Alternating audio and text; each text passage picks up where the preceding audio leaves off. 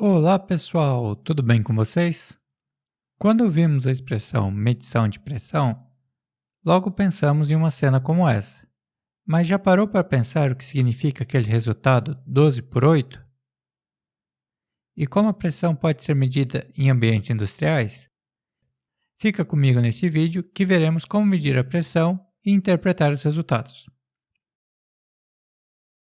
Quando deduzimos a equação básica da estática de fluidos, chegamos na relação que a pressão em um ponto menos a pressão de referência é igual à densidade do fluido vezes a gravidade vezes a posição em z que a pressão de referência é medida menos a posição z na qual se deseja medir a pressão. Notem que para aplicar essa expressão, precisamos utilizar um ponto de referência. O nível de referência mais utilizado, em diversas aplicações, é a pressão atmosférica. A pressão atmosférica é como a pressão que a sua família faz para saber quando você se forma. Está em todo lugar. Como todas as superfícies estão submetidas a essa pressão, ela é utilizada como referência.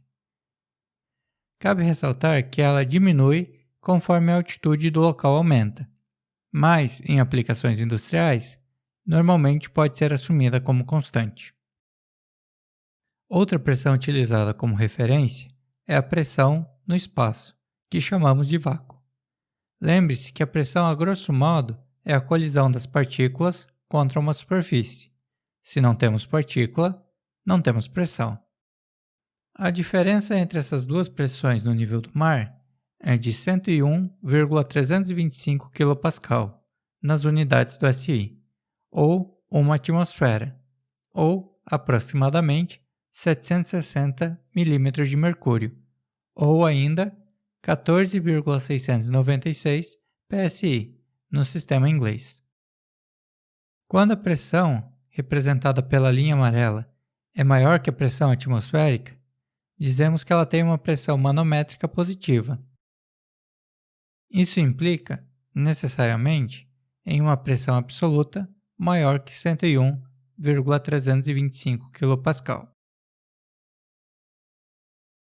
Quando a pressão é menor do que a pressão atmosférica, dizemos que ela tem uma pressão manométrica negativa.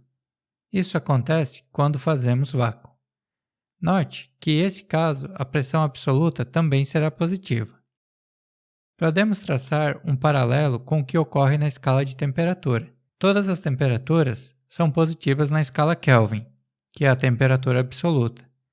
E para encontrar a temperatura relativa em graus Celsius, precisamos somar 273,15 na temperatura em Kelvin. Então, a pressão absoluta é a pressão manométrica somada com a pressão atmosférica. Essa pressão manométrica é utilizada porque os equipamentos normalmente utilizam a pressão atmosférica como referência nas medições. No sistema inglês, é comum utilizar depois da unidade a letra A para representar a pressão quando ela é absoluta ou a letra G para representar a pressão quando ela é manométrica. Na notação que utilizamos, precisamos fazer isso por escrito para não confundir o leitor. Agora que definimos nossa pressão de referência, que normalmente está na superfície do líquido, colocaremos nosso eixo Z na mesma linha. Além disso, se Z for zero na pressão atmosférica, nossas contas ficarão um pouco mais simples. Com esse sistema de referência, para descobrir a pressão a uma profundidade h, basta então conhecer o tamanho da coluna do líquido.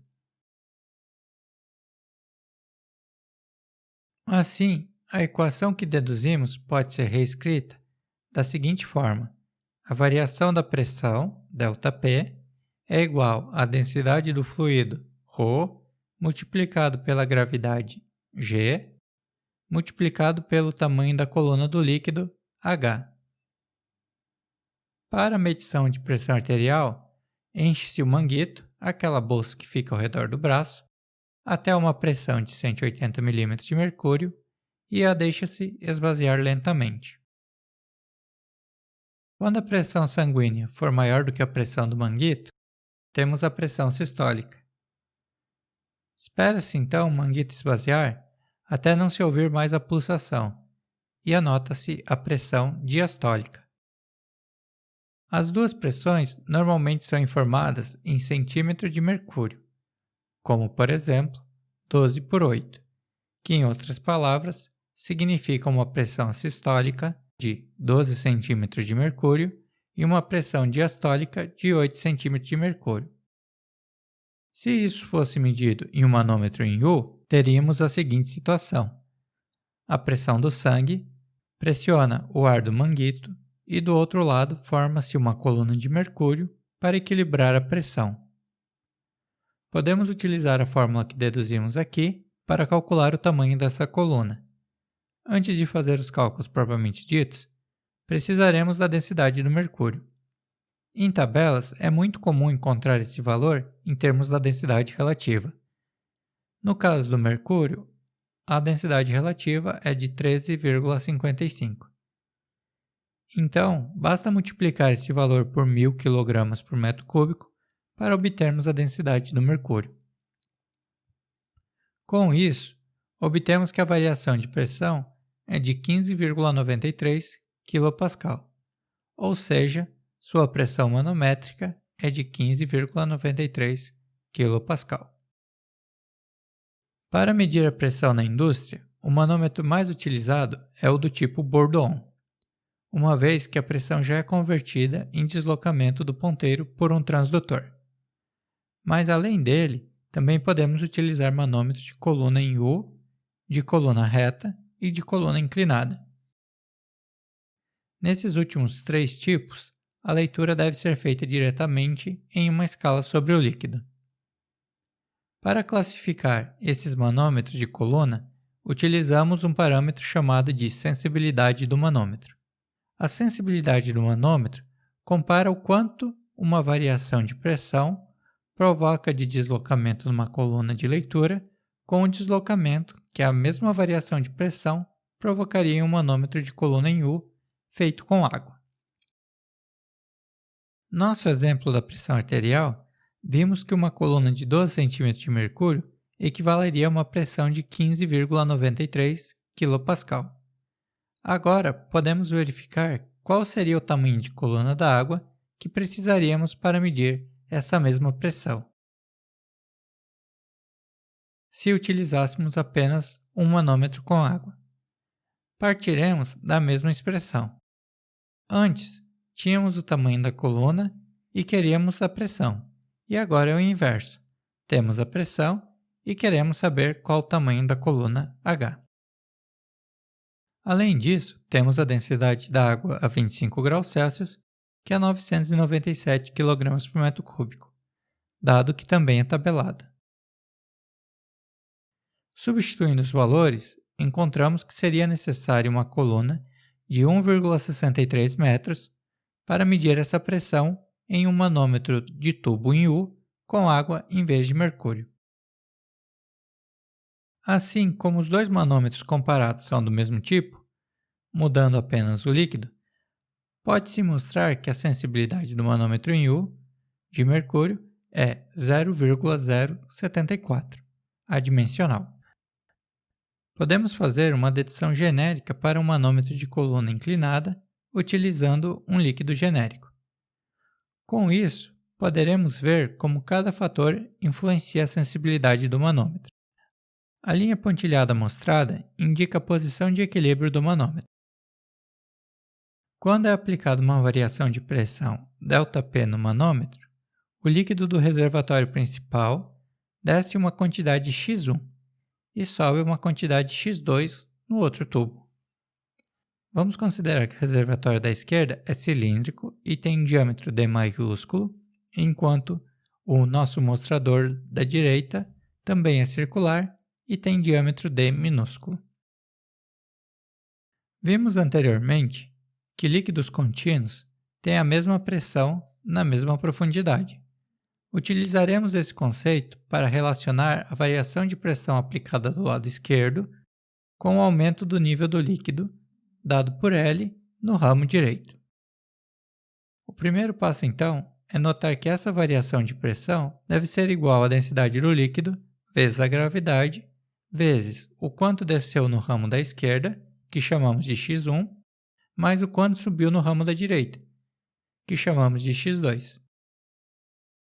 Como para determinar a sensibilidade precisamos relacionar a deflexão do manômetro, precisamos escrever essa equação em função de L no lugar de x1 e x2.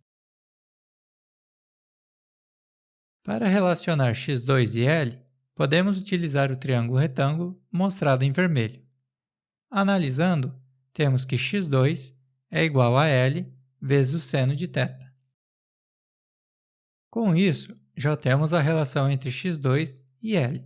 Falta apenas achar a relação entre x1 e L.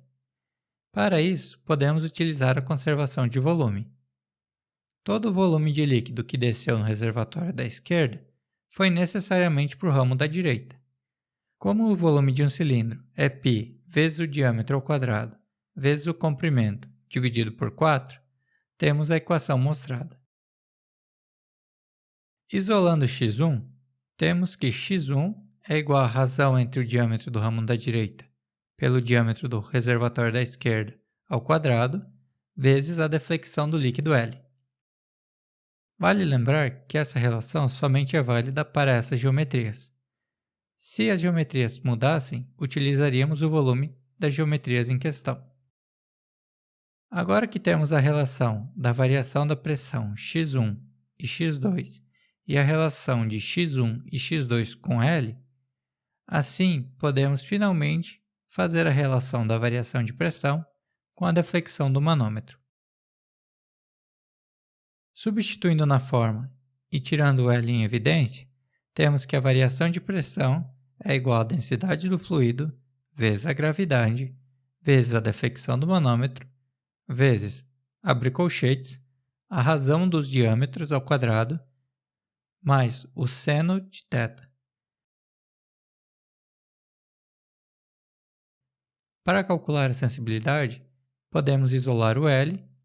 Com isso, ficamos com a expressão mostrada. Lembrando que a definição de sensibilidade é a deflexão do manômetro dividido pela deflexão em um manômetro de tubo em U com água, mostrada pela expressão de H, que já deduzimos anteriormente.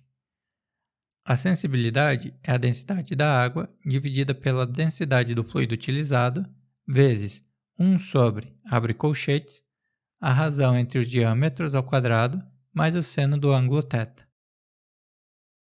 A primeira observação que podemos fazer é sobre a razão das densidades. Quanto maior for a densidade do fluido escolhido, menor será a sensibilidade do manômetro. Já tínhamos verificado isso ao comparar que precisaríamos de uma coluna de 1,63 m de água para ter a mesma pressão de 12 cm de mercúrio. A densidade não é a única característica desejável para um fluido manométrico.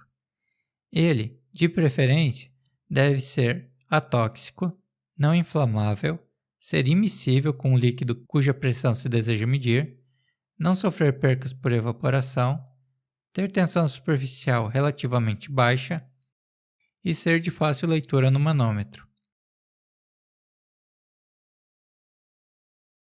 Essa figura mostra como a sensibilidade varia com a razão entre os diâmetros e com relação ao ângulo.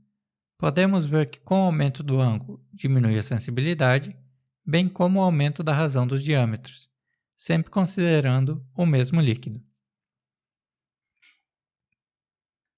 Então, poderemos concluir com isso que maiores sensibilidades servem para medir menores variações de pressão e menores sensibilidades servem para medir maiores variações de pressão. Logo, o primeiro ponto para saber como será feita a medição de pressão é saber qual que é a faixa de pressão que será medida e qual que será a precisão desejada.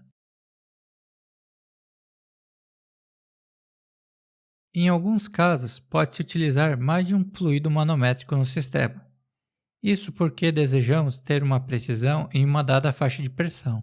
Então, você coloca um fluido com alta densidade para equilibrar a maior parte da pressão e um com baixa densidade na região de leitura, para ter maior precisão na leitura. Outra possibilidade é que o fluido manométrico desejável é immiscível com o fluido de trabalho. Aí você poderia colocar um fluido immiscível entre os dois para que não haja contato. Nesses dois casos, podemos utilizar essa relação para verificar a variação de pressão, lembrando que H é positivo quando vai para baixo e negativo quando vai para cima. Por exemplo, se desejamos medir a pressão de água que passa na linha, mas manter a sensibilidade de um manômetro com água. Para medir essa pressão, partiremos da pressão de referência como sendo a pressão atmosférica. Partindo dela, temos uma coluna de água de tamanho H1, indicada pela seta vermelha, por isso o primeiro termo do somatório é mais, porque descemos, a densidade da água vezes H1. Na sequência, descemos H2, em uma coluna de mercúrio. Logo, o segundo termo é mais a densidade do mercúrio vezes a altura H2. No outro ramo, agora subiremos uma altura H3. Por isso, o termo adicionado será negativo. Logo, menos a densidade da água vezes a coluna H3. Com isso, poderemos obter a pressão P1. Notem aqui que o mercúrio tem duas funções importantes. Evitar que a água do manômetro entre em contato com a água cuja pressão se deseja medir e também reduzir o tamanho da coluna da água instalado no manômetro. Bom, pessoal, no próximo vídeo iremos fazer alguns exemplos numéricos. Então não se esqueça de deixar o like, se inscrever no canal e colocar nos comentários algum exercício que você queira que eu resolva aqui no canal. Muito obrigado pela atenção e até o próximo vídeo.